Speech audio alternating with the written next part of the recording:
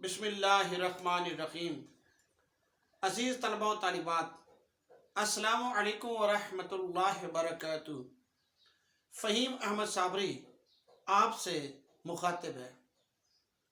मैं आज आपको काफ़िया पढ़ाऊँगा।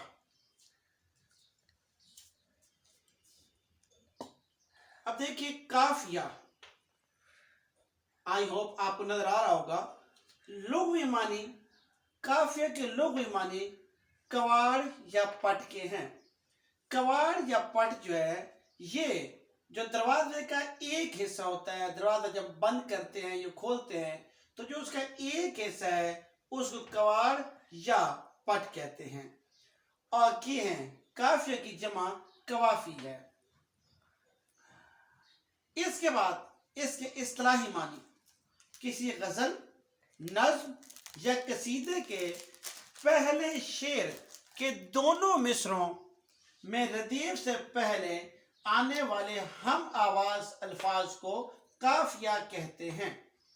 किसी गज़ल, नज़्म या कसीदे के पहले शेर के दोनों मिसरों में रदीफ से पहले आने वाले हम आवाज अल्फाज को काफिया कहते हैं।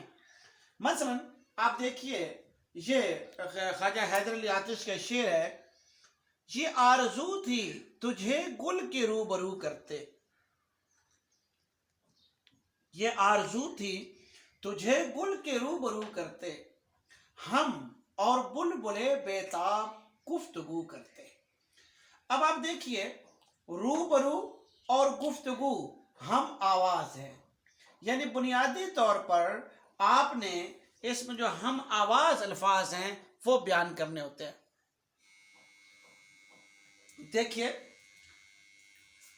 काफिया बुनियादी तौर पर याद रखें, जो पाबंद शायरी है, पाबंद नज्म है या गज़ल है या कसीदा है, इसके अंदर लाजिमन इस्तेमाल होता है, क्योंकि इसके बगैर पाबंद शायरी का कोई तसव्वुर नहीं।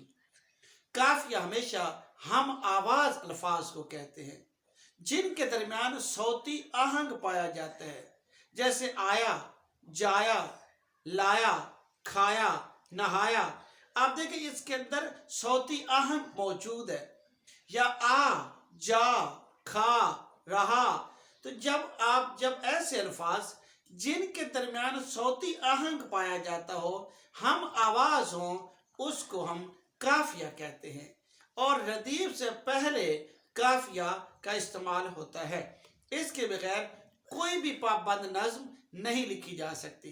मैंने आपसे गुज़श्ता लेक्चर में आपको बताया था कि रदीफ मुमकिन है कि ना हो, नज्म के अंदर रदीफ मौजूद ना हो, गज़ल ना हो, यानी गैर मुरतफ गज़ल और गैर मुरतफ नज्म आप लिख सकते हैं। लेकिन काफिया ऐसी कोई सूरत हाल नहीं है कि जिसमें काफिया मौजूद ना हो और वो गज़ल या नज्म कही जा सके।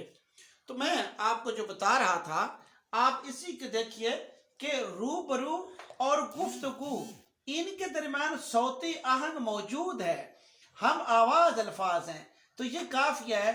और उसके बाद जो मुकर्रर यकसा अल्फाज आते हैं उनको रदीफ कहा जाता है।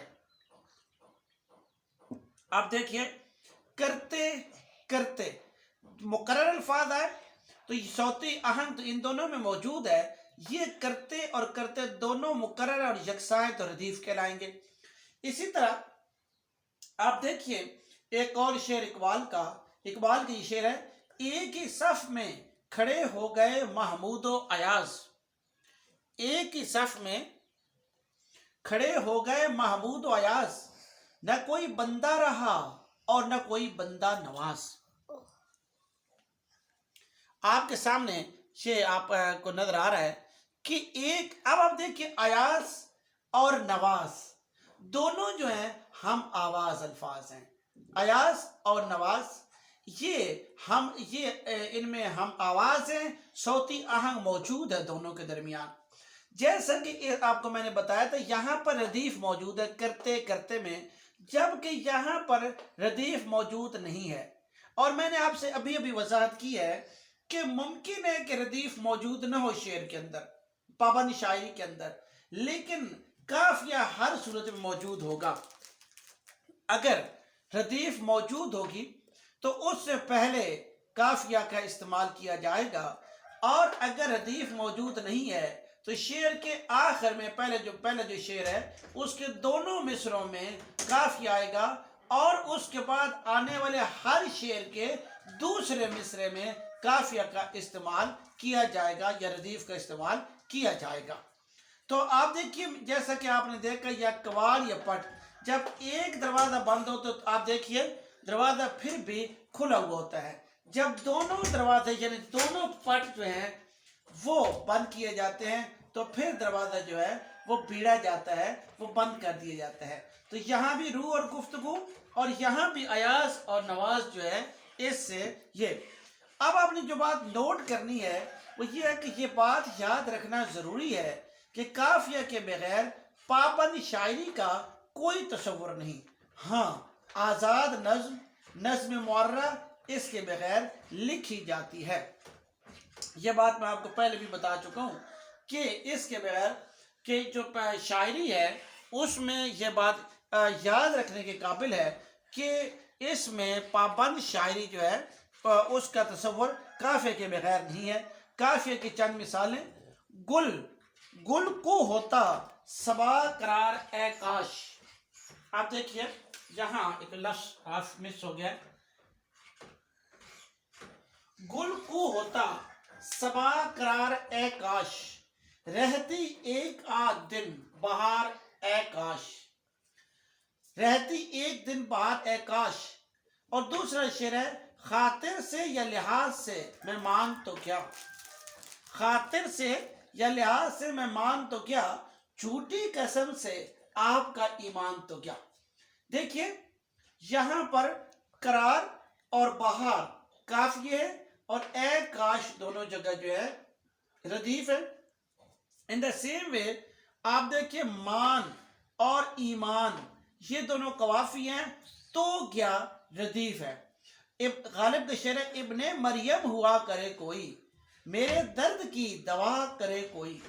اب ہوا اور دوا قوافی ہے، اور کرے کوئی جو ہے یہ اس میں جو کرے کوئی جو ہے یہ ردیف ہے۔ تو یہ دیکھیے کہ اس میں آپ کو امید ہے کہ قافیہ عزیز طلبہ و طالبات آپ کو سمجھ آ گیا ہوگا۔ میں نے آپ کو سمجھانے کی کوشش کی ہے کہ قافیہ لازمی ہے۔ ہاں، آزاد نظم یا نظم معرہ میں قافیہ کا استعمال نہیں ہوتا ہے۔ ہاں، اس میں اگر آپ لانا چاہیں، صوتی آہنگ پیدا کرنا چاہیں، یا نثری نظم میں آپ صوتی آہنگ پیدا کرنا چاہیں تو آپ کر سکتے ہیں۔